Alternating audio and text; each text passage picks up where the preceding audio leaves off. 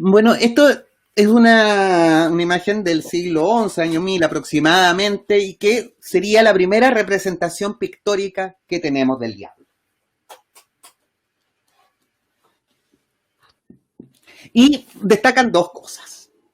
Número uno, el, el diablo viene representado como una serpiente alada.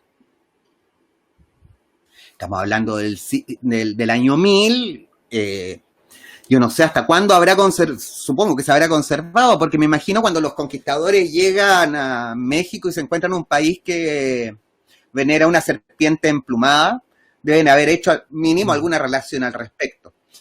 Pero aparte de esta representación como serpiente, vinculándolo directamente a la escena del Génesis, la que también mencionamos cuando hablamos del amor, lo que llama la atención es cómo están representados los demás ángeles caídos, donde son, podríamos decir, idénticos a los demás ángeles, a excepción exclusivamente de la aureola.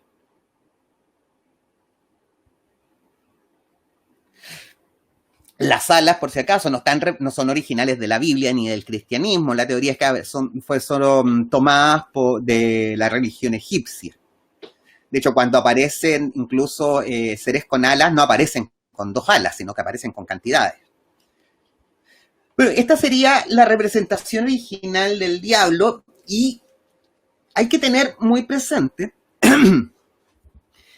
que si bien el diablo sí fue una figura importante e influyente en la época medieval y en la época renacentista, el verdadero papel protagónico del diablo es bastante reciente. De hecho, así como que el resurgimiento, la institucionalización de cultos satánicos como la iglesia de Satán, la de Set u otras que emergen en la década del 60, 70 principalmente, pero a partir del 60.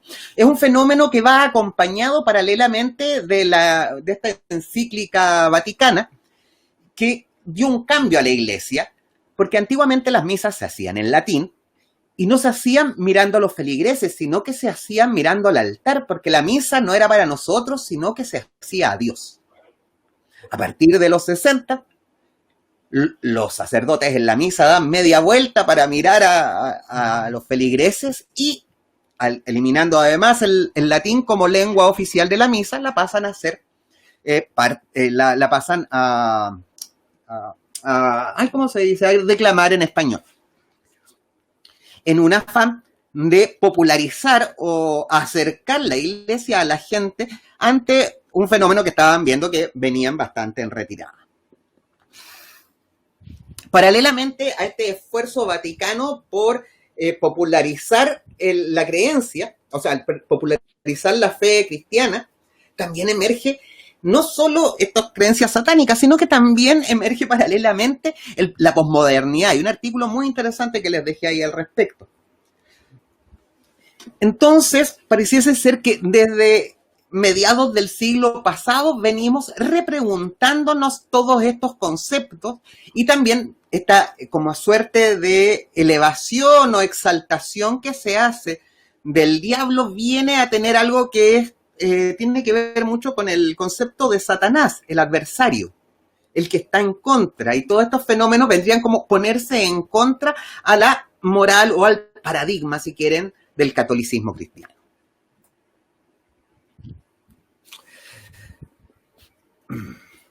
Esta imagen que nos está mostrando, esto es, ¡ay, se me olvidó el pintor! Aleco, ¿cómo se llama este pintor? Tú sabes. ¿Botticelli? Botticelli, muchas gracias, muchas gracias. Botticelli, que habría estado muy influenciado por Ficino directamente, aquí nos representa al diablo, y a la vez, y esto es muy entretenido de este grabado, porque nos va representando el infierno de Dante. Aquí tenemos a Virgilio y a Dante moviéndose por el infierno. Y para los que vieron el documental, la principal vinculación que se hace, además de esta incorporación de alas y cuernos, es el hecho de que si se saca el centro de la imagen, coincide con los órganos genitales del diablo, como ocurrirá también en las cartas del Diablo de Marsella. Esta es una de las imágenes que se conserva del diablo en las láminas sin cortar, y que es una representación, como digamos, más excepcional, donde vemos al diablo con este tridente, como recolectando las almas y echándolas atrás en esta suerte de cesta. Tanto el tridente como los cuernos, que no son propios de la descripción del diablo en ninguna de las religiones abrahámicas, son parte del intento de la Iglesia cristiana de hacer contracampaña contra los mitos romanos que persistían. De ahí que los cuernos del dios Pan y el tridente de Poseidón se le colgaran como accesorios al diablo. Esta es otra de las representaciones antiguas de las láminas que tenemos del diablo, y donde encontramos algo que ya nos vamos a encontrar después también, que es esta emergencia de otras caras. Claro, aquí lo encontramos como un ser compuesto de otros seres que podría estarse vinculando al mito de Legión, este demonio al cual exorciza en Marcos, si mal no recuerda, Jesucristo lo va y lo exorciza. Y cuando le inquiere sobre cuál es el nombre al demonio, este le responde que es Legión, que es el nombre de los batallones romanos, haciendo alusión a que no sería uno, sino que son muchos. Y esta podría ser una suerte de interpretación de esta conformación de distintos cuerpos, y que también veremos que después le salen otros ojos y otras caras en Marsella. Ahora, con respecto a las reproducciones que hay de las primeras barajas, de la baraja milanesa, como bien saben y como les he repetido, en ninguna se conserva el triunfo del diablo. El triunfo de la torre se conserva solo en uno, en la de los Medici. Y las representaciones que vamos a encontrar en las reproducciones o restauraciones que incluyen la carta del diablo, por lo general se parecen mucho más al tarot de Marsella. Pero en una de esas versiones que habría hecho esas cartas un artista ruso, Atanasov, el diablo que aparece en esa baraja, en esa reproducción del Pierpont de los Visconti Sforza, el diablo está inspirado en esta carta. Y de hecho, que si mal no recuerdo, esta es la Rothschild, también se conserva el triunfo de la torre, y en ese caso el diablo y la torre de esa reproducción están basados en estos que serían los más cercanos históricamente.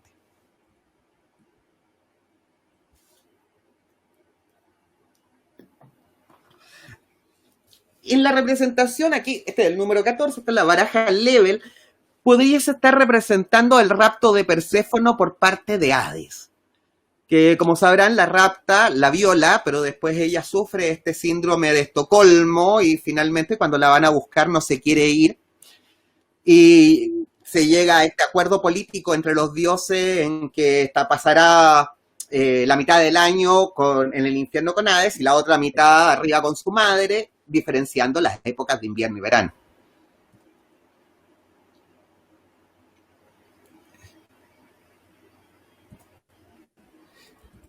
Como vemos, el diablo del Bieville también conserva esta imagen de Legión, lo vemos con caras en las rodillas, con la cara en el estómago, que será tan típica después en los diablos de Marsella, en los hombros, y con estas representaciones que son tardías del diablo, que empiezan después de mediados del siglo XI.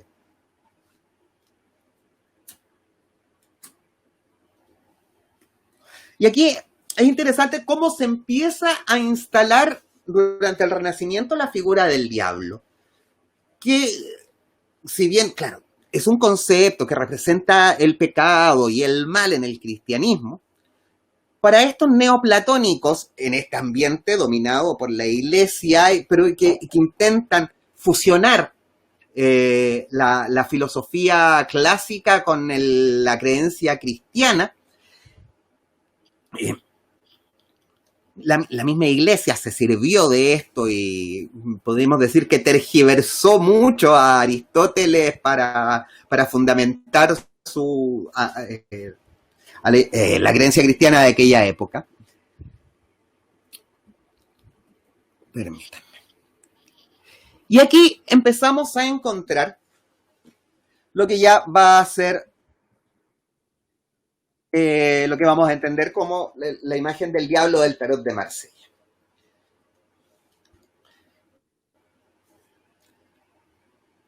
Permiso. Bueno. No sabemos si habían otros diablos antes y que se perdieron en la historia o quizás nunca los hubo.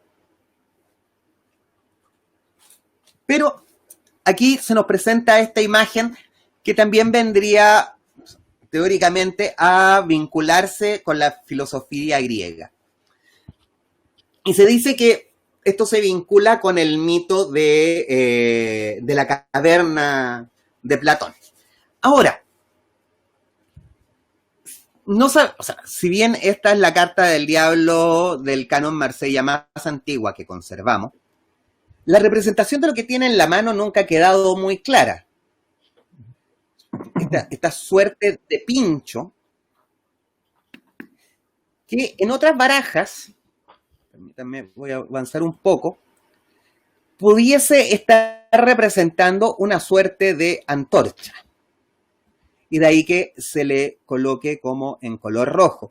No tenemos muchas representaciones de llamas por sí en las barajas como para saber si lo era. Lo que se supone es que esto vendría a ser una representación del mito de la caverna, en el cual Platón nos plantea una analogía o una metáfora con respecto al conocimiento y nuestra percepción de la fenomenología de la realidad que observamos, donde en realidad nosotros estamos representados por unos, según el mito propio según lo escribe Sócrates, o sea, según lo escribe Platón, según lo cuenta Sócrates.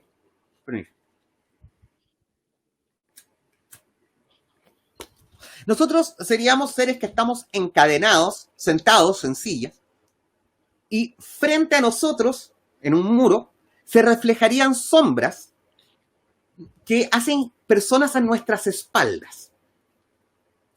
Y nosotros creeríamos que esas sombras reflejadas, porque detrás de nosotros hay un muro que nos impide ver tanto la fuente de luz como quienes generan las sombras, esa imagen sería para nosotros lo que creemos que es la realidad. Claro, se dice que en un texto de Ficino que aún no encuentro, cuando él analiza este mito, le haría una reescritura en la cual se diría que estas personas atrapadas en la caverna tendrían sus manos amarradas a la espalda, como vemos a los diablos del tarot de Marsella, que no es algo que aparezca en Platón, por si acaso.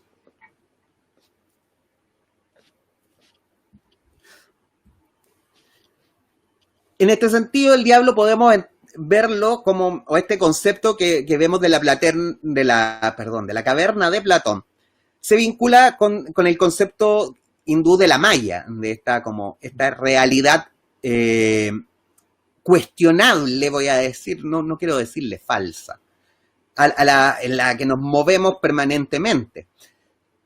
O sea, ahí el gran dilema, porque claro, dentro de esta filosofía se entiende que nosotros vivimos en un mundo de apariencias y habría otro mundo real más allá. Pero ese mundo, y que esto es como un mecanismo que lo vemos replicado en las religiones y en toda clase de creencia mística, la verdad no está ante ti, sino que está lejos. El mundo real al que tenemos que aspirar no tiene que ver con el nuestro. Es como que nosotros viviésemos, y esto también es muy cristiano, cátaro si quieren, vivimos en permanente pecado en el mundo de la materia o en el mundo de las apariencias, siendo que habría otro mundo al que no tenemos acceso directamente, a menos que nos convirtamos en personas superiores a través de un montón de ejercicios, que ese sí es el que vale. Pero siempre es un sacarte de tu realidad actual. Pero, bueno, esa es mi crítica al mito de la caverna. Platón nos dice, de hecho, nos cuenta la historia de este tipo que logra liberarse de sus cadenas. Y no solo se hace consciente de, ¿cómo decirlo?, del show, del teatrillo de sombras, de este teatro de sombras que les están haciendo para que ellos crean que es la realidad, sino que además encuentra una salida de la caverna.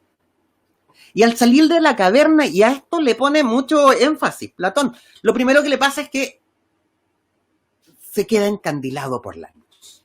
O sea, ante la visión de la realidad real, como el café, de la realidad real, lo primero que pasa es una imposibilidad de comprender.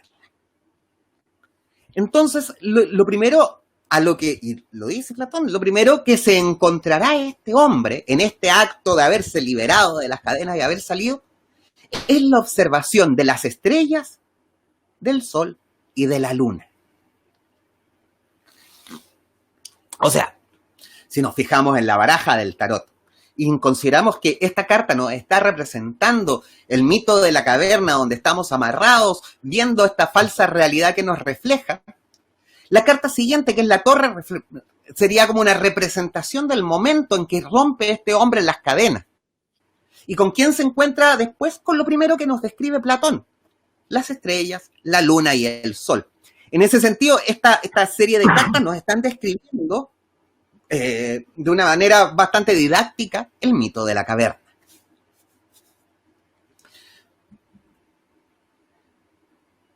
De hecho, el mito dice que después el hombre vuelve a bajar a la caverna para avisarle a los demás que están viviendo una farsa y que la realidad está afuera. Y de hecho también hace el detalle de que al entrar de nuevo a la caverna, debe volver a acostumbrar sus ojos a la oscuridad.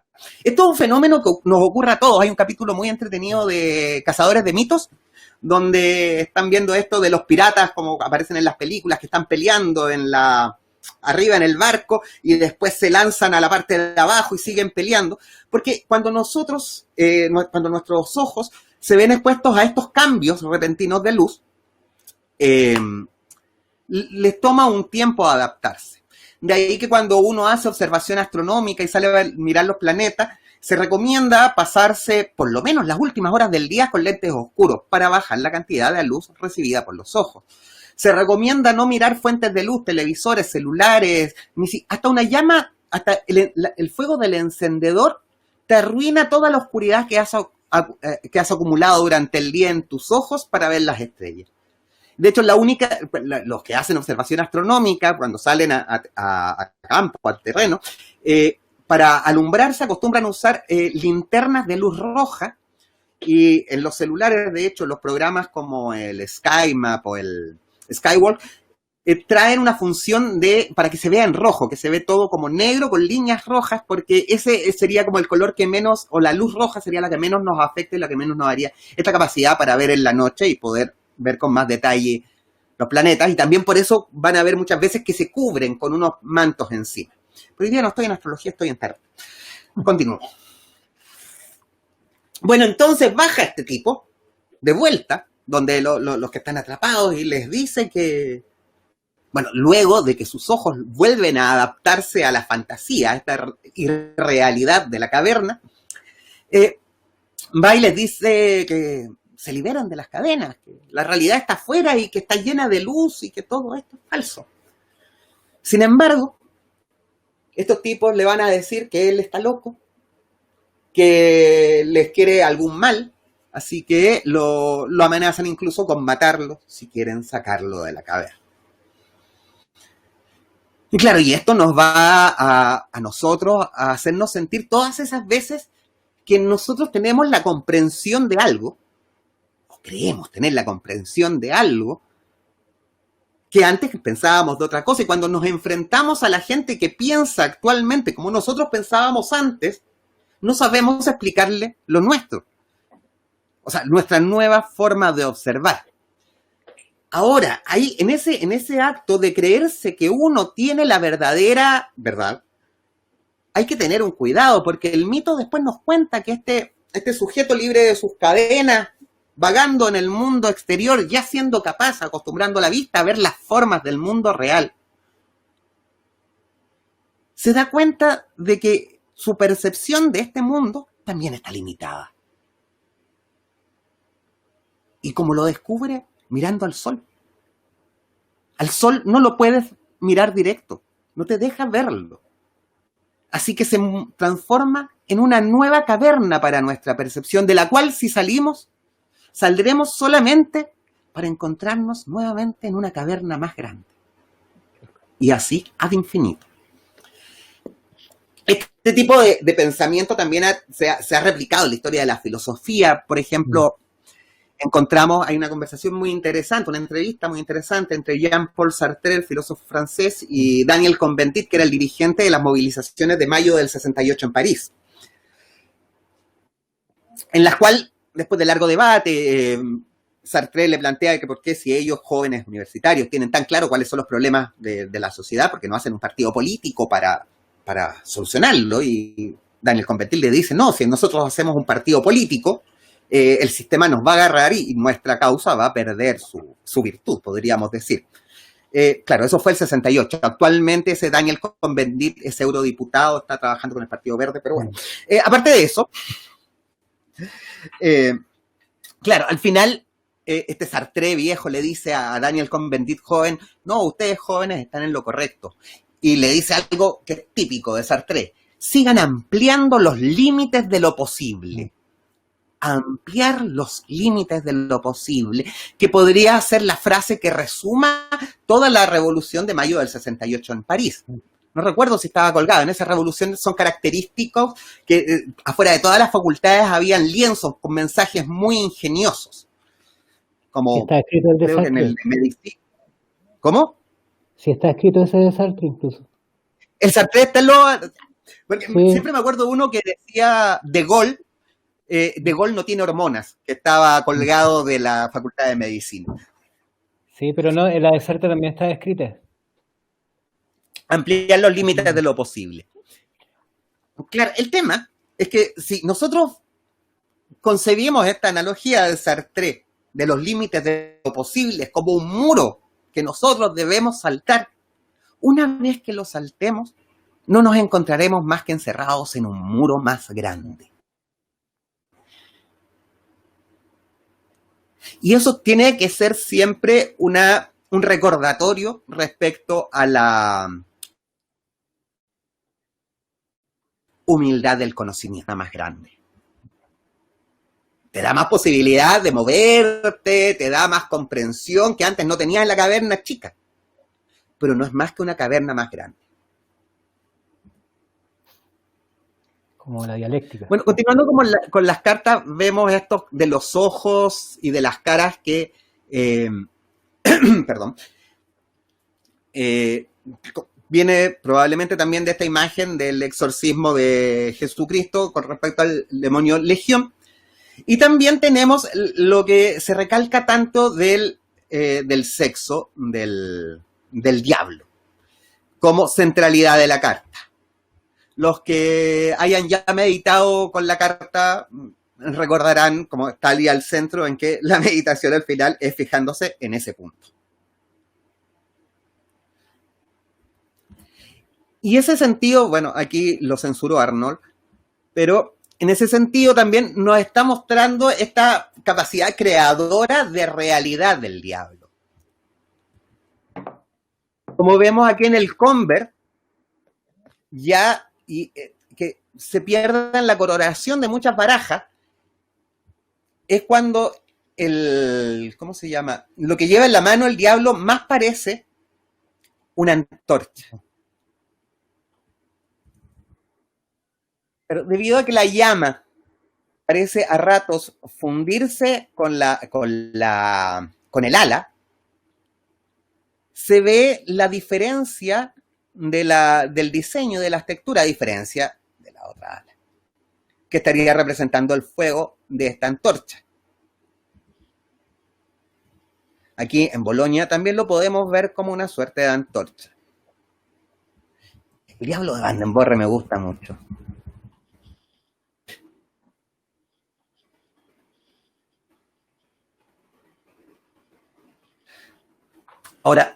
¿Por qué Evelyn le pone una mano de 4 dedos?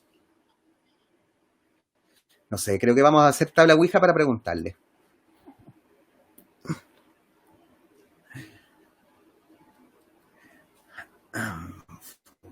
Entonces, ¿en qué viene deviniendo el diablo? Por un lado, lo venimos a encontrar como la simbolización del quedarse amarrado o atrapado en lo evidente. El no ser capaz de ir más allá de lo simplemente sensible y negarse a la comprensión de cosas superiores. Ahora, necesitamos siempre andar como atentos a estas cosas superiores o preocupados de la divinidad, la metafísica, el arjé y el más allá. A mí me pasa mucho en las lecturas, especialmente cuando son lecturas que tienen que ver con cosas concretas, con cosas de plata, ando buscando pega, necesito dinero para tal cosa. Claro, ese tipo de cosas no se consiguen con la alta filosofía. O sea, yo no voy a ir al banco y explicarle tras largos sofismos o otra clase de argumentación que me tienen que dar un crédito, ¿no? Lo que nosotros en la vida, claro, cuando vamos a buscar trabajo, tampoco nos ponemos a hablar de nuestra gran comprensión ontológica y epistemológica, sino que operamos en el mundo de las formas. Y en ese sentido, por ejemplo, cuando el diablo me aparece en situaciones que tienen que ver con cosas concretas, materiales, es una muy buena carta cuando yo la leo. Porque no te vas a estar desconcentrando en las otras cosas. Sí, puede ser que tú sepas que lo que ves son ilusiones, quizás ese trabajo no te va a dar la felicidad, pero en este momento lo necesitas. Y necesitas concentrarte en el mundo concreto, real, y no en la gran filosofía.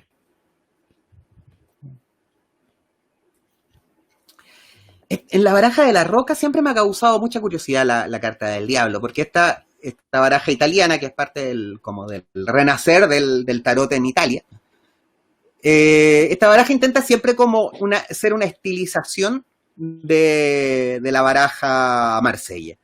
Sin embargo, en el diablo se nos aleja completamente.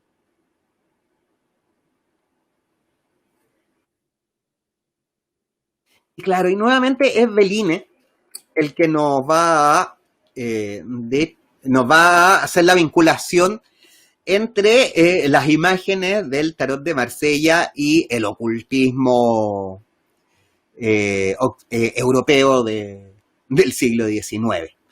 Aquí encontramos la primera vinculación que vamos a tener de el diablo con este Baphomet, que sería la figura que veneraban, o el dios que veneraban los templarios.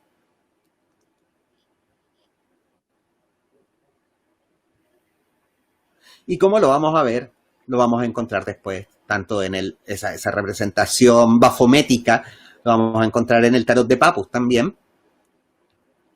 Y pareciese ser, aquí hay algo muy interesante que, la verdad, aún no, o sea, tengo una interpretación que no me termina de convencer, porque Austin Osman Spare, en vez de mostrarnos el sexo del diablo, nos pone el símbolo de Mercurio.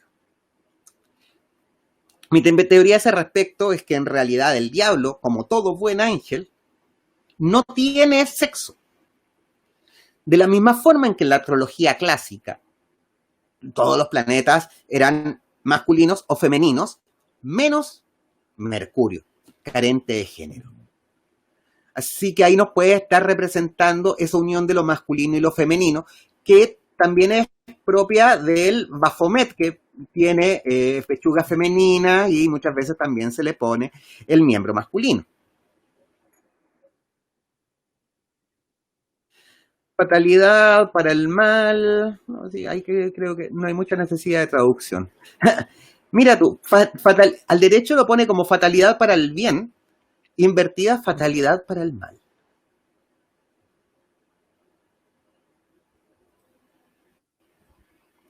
Ajá. Y fíjense que además nos pone aquí una luna menguante y una luna creciente. menguantes y crecientes para el hemisferio norte. Es decir, porque en el hemisferio sur, cuando tiene forma de C es creciente, y cuando tiene forma de D es menguante. Aquí están al revés porque todo es hemisferio norte. Entonces, si aquí tenemos la luna menguante y aquí tenemos la luna creciente, ¿qué luna estamos representando acá? La nueva. Efectivamente, la luna nueva, esas 3 noches en que no habrá luna, y que eran las noches de mayor terror de la antigüedad, puesto que antes de que inventásemos el fuego, quedábamos a merced de las bestias nocturnas. También, como ya les he dicho, bueno, les he dicho a los que estudian astrología, la noche de luna nueva era la de mayor terror dentro del Imperio Romano, porque la calenda, que era, como se decía en latín, la luna nueva, era el momento en que cobraban el impuesto. Y de ahí que los cobradores de impuestos anduviesen con un libro llamado calendario, del cual viene nuestro actual calendario.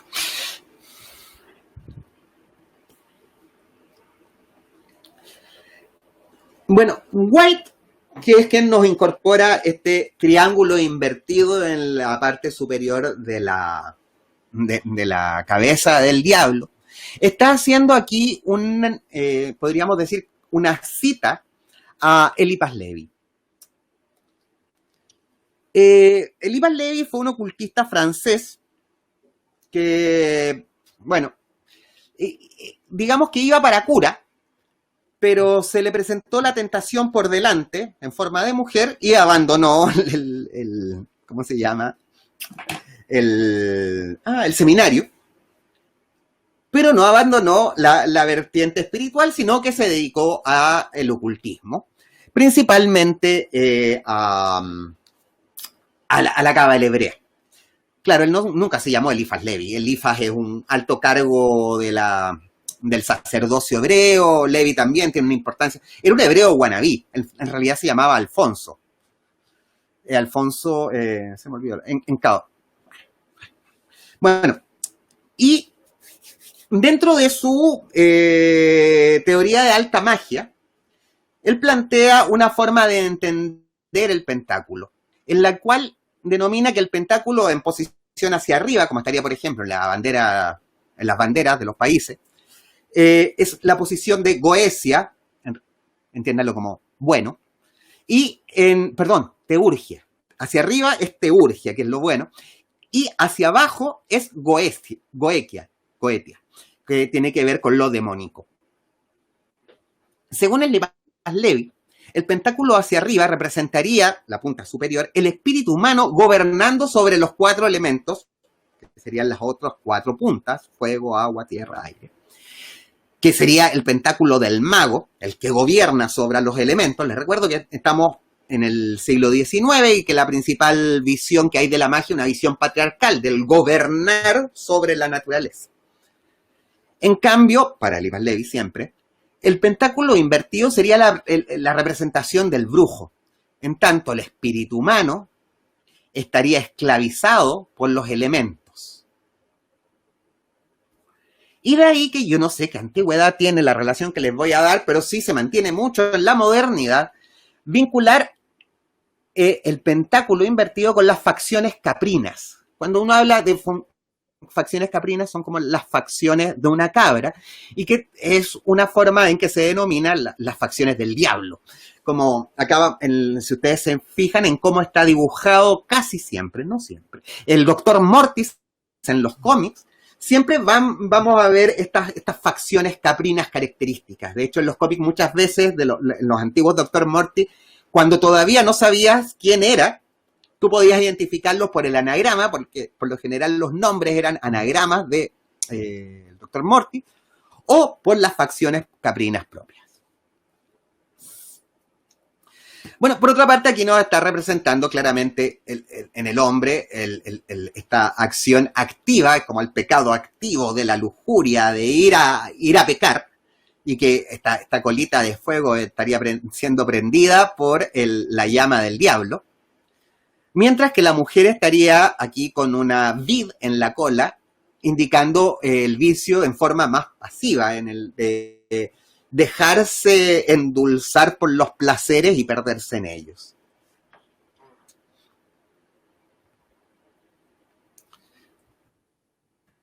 Como vemos aquí, Paul Foster Case es interesante porque esta es una de las cartas que, por lo general, en Paul Foster Case lo que vemos es como que él intenta aunar el tarot de Marsella con el de White, y en algunas veces simplemente replicar el de White, pero aquí nos agrega este mismo Mercurio de Austin Osman Spare. Aquí,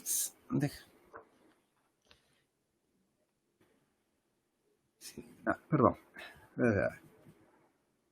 Este mismo Mercurio, incluso dibujado de la misma forma en la parte superior, si se fijan, como con un cacho encima del otro.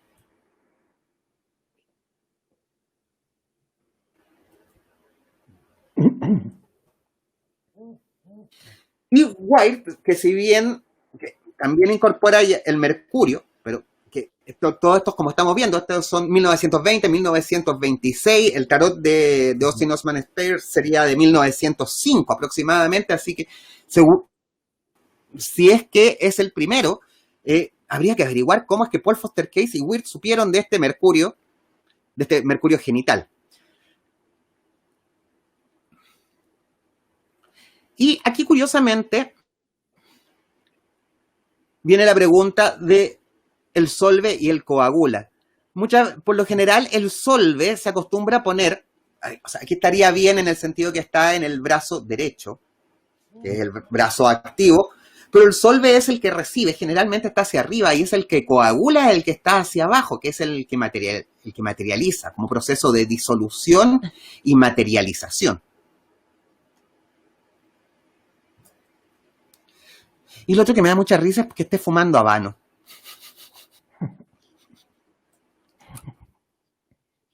No, aquí se ve que es más bien una suerte de llama. Y que, ojo, que esta figura que vemos aquí, es como una llama diamantina, como diamante de baraja inglesa, también está en Austin Osman Spare. Todo es interesante para entender que todo este fenómeno de principios del siglo XX de modernización del tarot no es un fenómeno aislado, sino que entre los distintos reformadores hay diálogo. Encontramos elementos comunes y dispares. Y bueno, aquí, a partir de estas barajas esta baraja que está en la de Grimaud, que está inspirada en el Arnaud, que lo vimos en 1748, pero como que se nos empieza a separar de la baraja. De hecho, en esta baraja, el 2 de oros, que ustedes recordarán, que es donde como que se bautiza a la baraja, o se le da la genealogía al fabricante. La baraja, en el Grimaud, para los quienes nos tengan, pueden revisarlo, dice Arnaud. Y el Arnaud no era un Marsella, era un Besançon de 1748. Pero claro, esto sale en 1930, cuando ya está de moda el tarot de Camois, que es de 1760.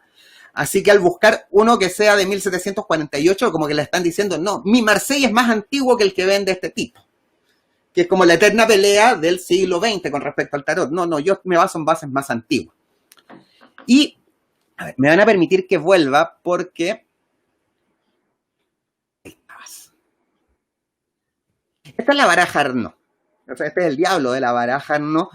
Y que, como recordarán también de otras clases, esta está mal, la que se conserva fue mal restaurada. Como vemos, la pintura claramente no se condice con la calidad de otras barajas. Pero encontramos de partida que esta está censurada, la genitalidad. Y también encontramos esto, que lo que habría sido la antorcha, y aquí incluso como que se alcanza a adivinar lo que serían las llamas del fuego, pareciese ser que en la mala restauración le pasaron por encima, olvidándola, y además le dieron esta punta, es lo que se interpretará a partir del siglo XX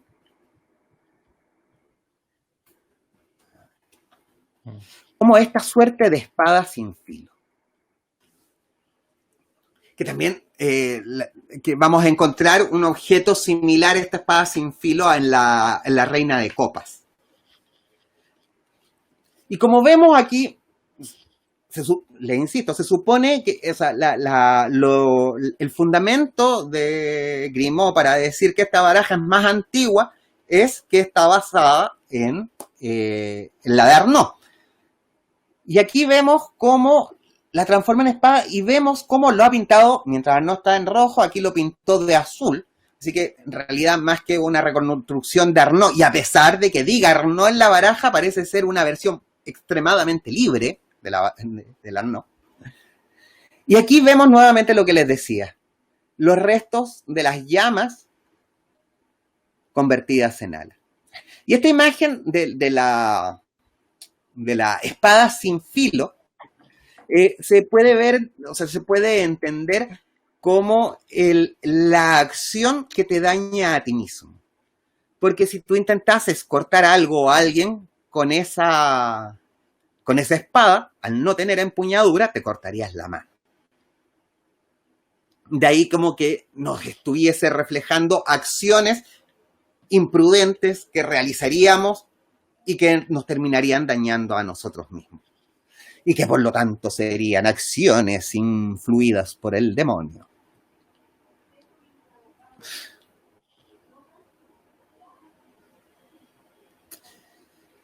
Bueno, aquí se nos va mucho de la mitología propia del Marsella. Y claro, porque Aleister Crowley, como ustedes sabrán, le gustaba mucho la prensa. Le gustaba hacerse llamar la Gran Bestia 666. Hay biografías que cuentan que en realidad el nombre de la Gran Bestia se lo puso su mamá porque de niño era terrible.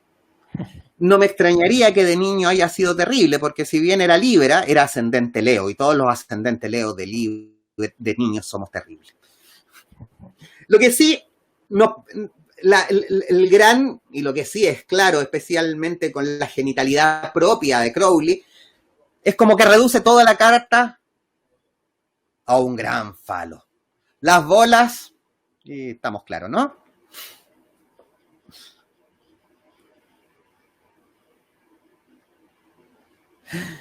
Bueno, aquí lo que hace en la Golden Dawn es representar lo que, con pésima calidad, por supuestamente, lo que yo les hablaba de las facciones caprinas del diablo.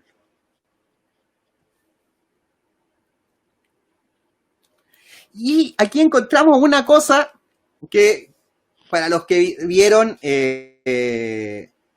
Midnight Gospel, saben que en el capítulo de la muerte, cuando aparecen las cartas del tarot de White, en un momento, porque este personaje que toca esta trompeta para volver a su realidad, pero la pierde, y el diablo que anda por ahí besuqueándose con la templanza, se saca uno de sus cuernos para ser tocado, y es con el que finalmente vuelve.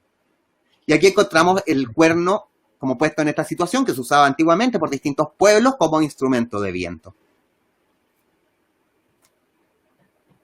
Bueno, esta es la... ¿cómo se llama? Esta Fournier, que es una baraja reciente del 83, y de que hacen una cosa aún mucho más extraña, porque esta baraja del 83 se basa en la Grimmaux del 30, que a su vez se basa en el Besançon de Arnaud del 48. Y sin embargo aquí recuperan la llama, si se fijan, pero sin perder la espada, y en vez de parecer, la pintan verde.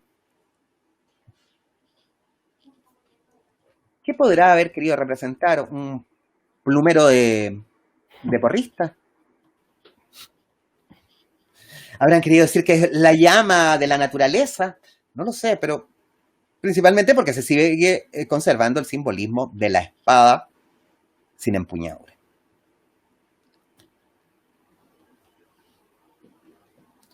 Este es el de Jodorowsky,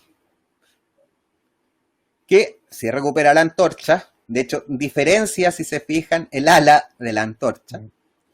Pero no acomete nada más interesante. Como nos muestra bien que es la baraja Isis, la centralidad de la carta ni siquiera es el sexo, sino que es el mismísimo glande. Más preciso.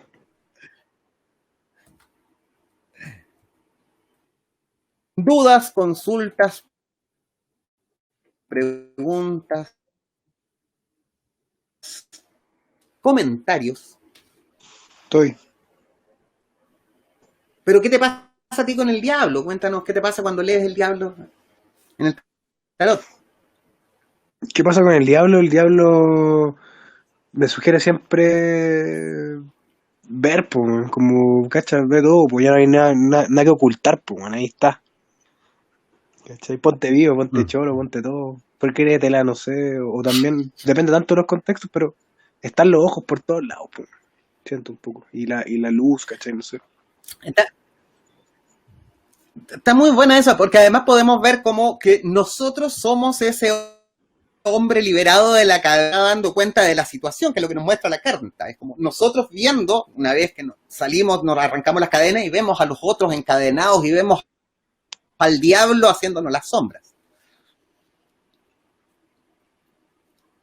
¿La Cami está? No sé. Sí, pero a media. Pero estoy. Ah, ya, entonces tú sigues. No, porque te quería preguntar qué onda tú con el diablo. Ay, lo siento, es que tengo que Tú entregar esa sigues la cuestión en tuya, 4 minutos. Álvaro. No te preocupes. Ahora está Aló. muteado y ahora no está muteado. ¿Aló? ¿No? ¿Se escucha? Sí, sí te escucho. O sea, yo sí. Ahora sí te escuchas. Con el diablo me pasa como el conocimiento y también como depende, pues. Algunas veces como, puta, dale nomás y pásalo bien, disfruta. Que es como yo creo que lo material también.